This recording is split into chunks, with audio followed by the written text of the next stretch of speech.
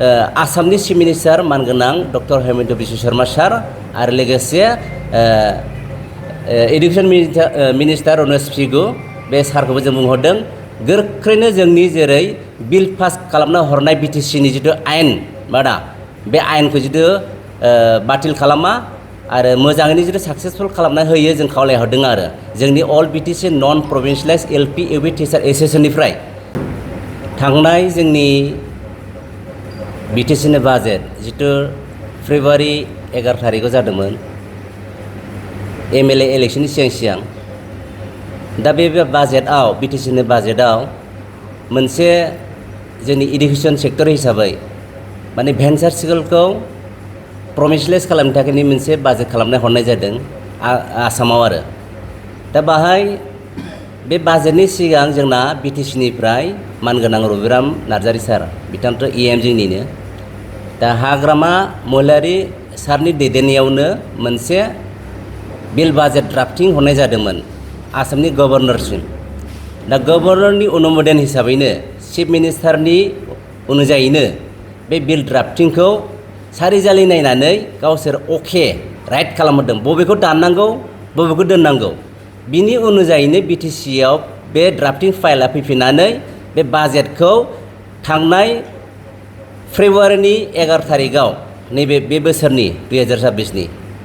बेखौ bill pass खालामना हरनाय जादों जोंनि इडुकेशन सेक्टरनि थाखाय दा बे बिल ड्राफ्टिंखौ पास खालामनानै हरनाय जानाय मथे दिनैहाय आसाम सरकारा बाजेटआव सोनानै लानांगौ जोंनि खावलायनाय बेनो नैबे 6 थारिख नैबे मासनि 6 थारिखनिफ्राय जानो थांगासिनो दङ जुलाइनिफ्राय बाजेटआ आसामनि बे बिधान सभायाव जोंनि बे बिटिसिनि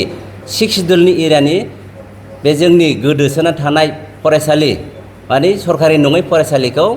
प्रभिन्सियलाइज बा सरकारि खालामना होनांगौनि थाखाय जोङो दा खावलायहरनो नागिरदों जोंनि बिटिसिनि मानगोनां हाग्रामा महिलारि सार आरो जोंनि इडुकेशन EM रबिराम नार्जारि सार आरो जोंना WBDनि मिनिस्टार दं जोंना चरन बर'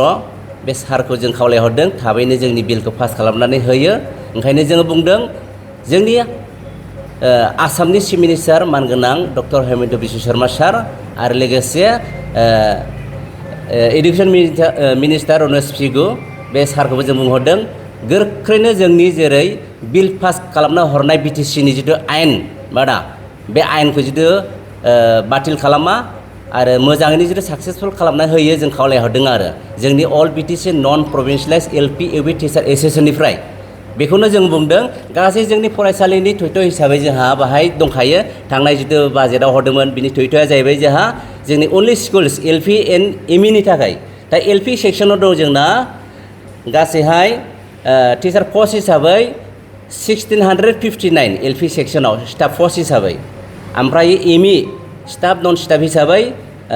1705 माने 1705 गासै स्टाफ नर्सआ जाहैबाय 3364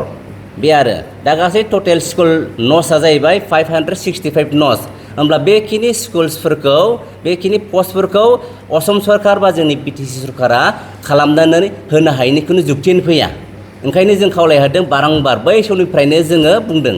थांनाय सरकारा UPPL सरकारमोन बे समावबो जोङो गोबां खावलायदोंमोन बिथांमोना खालामनानै होलांनो हायाखै ओंखायनो होनदों जोङो दानि जिथु बिटिसि सरकार हाग्रामा महिलारिनि दैदेननाय सरकार जों बुंदों जोंनि अल बिटिसि नन प्रभिन्सियलाइज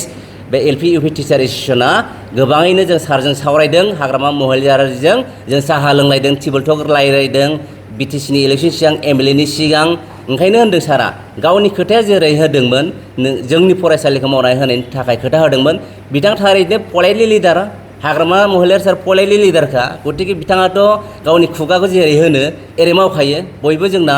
बिटिसिनि बासिन्दाया मिथिखागौ ओंखायनो जों खावलायदों हाग्रामा सारा जिथु गावनि खोथा मथे मावना होयो थांनाय सरकाराव जाबाय UPPL सरकारा बे खुनु दिन मा जागोन बेखौ बुथुमनो हाला गोखै थाइजौखौ खनसेल फाननो हायो मोनसे अनुदान मोनसे एग्जाम्पल हिसाबै बुंनो हायो गोखै थाइजौखौ खनसेल फाननो हायो खननै फाननो हाया ओंखायनो होनदों हाग्रामा महिलारि सार नोंथाङा मोजां लिडार हिसाबै जोंनि प्रभिन्सियलाइजखौ नैबे दानि फैगोन 6 थारिखनि फ्रायनो जानो गोनां बिधान सभा आसामाव बेखौनो मावना होनांगोन आरो नोंथाङाबो पलिटिकेल प्रेसार होनानै जोंनि खामानिखौ मावना होनांगोन जेरै खुगा एरै मावना होनांगोन सारा थेंक इउ